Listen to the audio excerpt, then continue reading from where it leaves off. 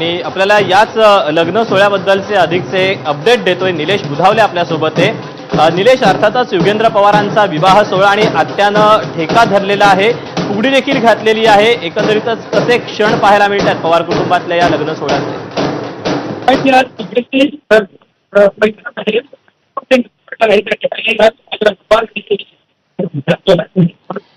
निलेश, मी तुला थोडंसं थांबवतोय, तुझा आवाज नीट आमच्यापर्यंत पोहोचत नाहीये।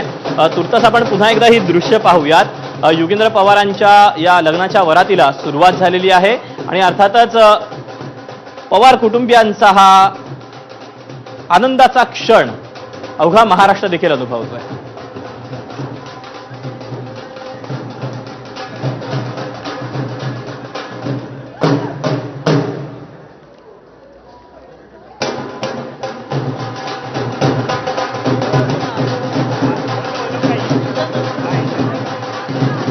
एकंदरीतच पवार कुटुंबामध्ये गेल्या काही काळापासून जे काही राजकीय फूट पडलेली होती ती मात्र नात्यामध्ये कुठेही फूट पडलेली पाहायला मिळत नाहीये। अर्थात यामध्ये एक लक्षवेधी दृश्य ते म्हणजे की युगेंद्र पवार यांची वरात ज्या गाडीतून काढण्यात येते त्याच गाडीमध्ये पुढच्या बाजूला बसलेले आहेत ते म्हणजे त्यांचेच सख्खे चुलत बंधू पार्थ पवार आणि अर्थातच त्यांची आत्या सुप्रिया सुळे यांचा देखील आनंद जो आहे तो देखील गगनात मावेनासा झालेला आहे। सुप्रिया सुळेंनी देखील ठेका धरलेला होता, फुगडी देखील घातलेली होती आणि जे इतर आप्तेष्ट आहेत, जे नातेवाईक मंडळी आहेत ती देखील आता सध्या या वरातीमध्ये नाचण्याचा आनंद घेत आहेत, नाचण्याचा आनंद लुटतायत।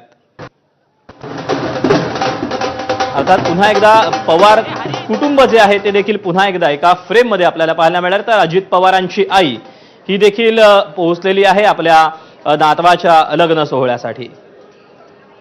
युगेंद्र पवारांची आजी अजित पवारांची आई या देखील आता लग्नासाठी आलेल्या आहेत।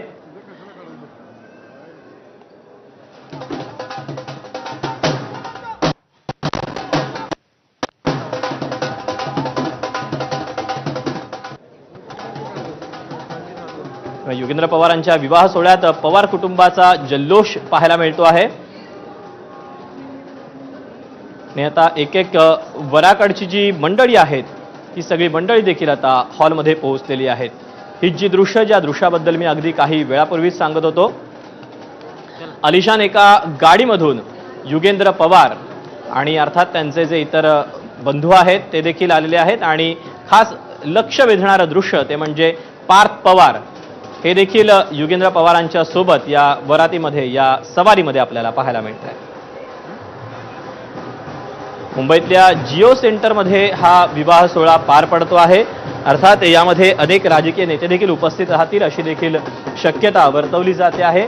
पवार कुटुंब जे महाराष्ट्रातल्या कायमच महाराष्ट्रातलं जे राजकारण आहे, महाराष्ट्रातलं जे सत्ताकरण आहे, समाजकारण आहे, या मध्ये पवार कुटुंबाचं जे महत्त्व आहे ते अनन्यसाधारण महत्त्व आहे। पवार कुटुंबाशिवाय महाराष्ट्राचं जे राजकारण आहे ते पूर्ण होऊच शकत नाहीत आणि अशातच आता अशाच एका घरातला मुलगा तो म्हणजे युगेंद्र पवार यांचा हा विवाह सोहळा पार पडतो।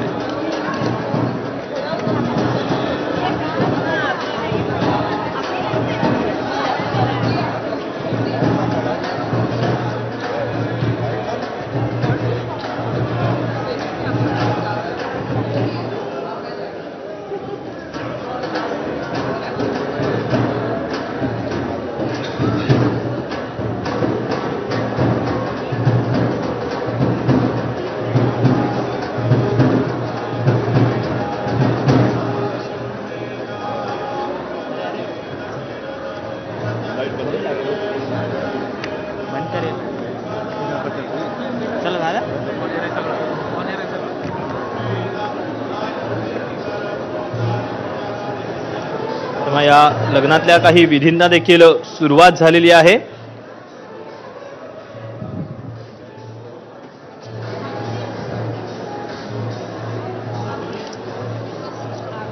एकीकडे राज्यामध्ये